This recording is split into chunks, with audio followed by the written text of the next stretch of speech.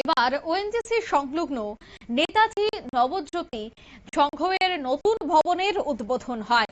নবজ্যোতি নতুন ভবনের উদ্বোধনে পাশাপাশি জিম উদ্বোধন হয়, গরিব দুস্থদের মধ্যে বস্ত্র বিতরণ, এছাড়া বৃক্ষরোপণ কর্মসূচি সহ একাধিক অনুষ্ঠানের আয়োজন করা হয়। উপস্থিত ছিলেন বিধায়িকা মীনারানী সরকার, ক্লাবের সভাপতি মনিকা চক্রবর্তী, সেক্রেটারি উত্তম দে, অ্যাসিস্ট্যান্ট সেক্রেটারি অভিজিৎ দেবনাথ সহ অন্যান্যরা। আগরতলার ওএনজিসি সংলগ্ন নেতাজি নবজ্যোতি সংঘে এদিনের এই উদ্বোধনী অনুষ্ঠানে দেখা গেছে যে এলাকাবাসীরা স্বতঃস্ফূর্তভাবে অংশগ্রহণ করেন। অন্যদিকে এলাকায় এই ওপেন জিমকে কেন্দ্র করে সুস্বাস্থ্যের কথা চিন্তা করে এই ওপেন জিমটিকে খোলা হয়েছে, যাতে এলাকার মানুষজন সেখানে এসে ব্যায়াম চর্চা করতে পারেন। এছাড়া এই নতুন ভবনের উদ্বোধনকে কেন্দ্র করে বৃক্ষরোপণ কর্মসূচিরও কিন্তু আয়োজন করা হয়। এ বিষয়ে কি বলছেন বাধারঘাটের বিধায়িকা মীনারানী সরকার, শোনাবো।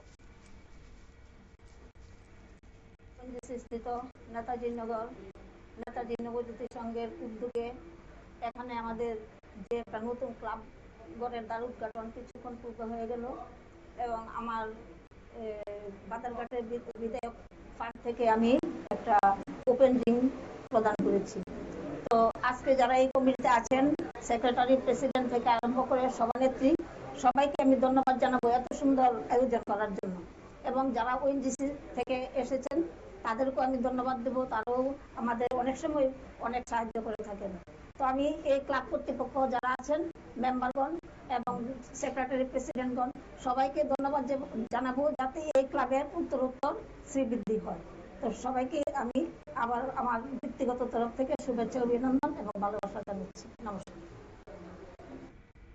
আপনারা শুনলেন বিধায়িকার বক্তব্য। তিনি এই এলাকার উন্নয়ন এবং শ্রীবৃদ্ধি চাইলেন। অন্যদিকে আগামী দিনেও যেন বিভিন্ন সামাজিক কাজকর্ম তারা করে থাকেন সেই বিষয়টার উপরও বার্তা তিনি রাখেন।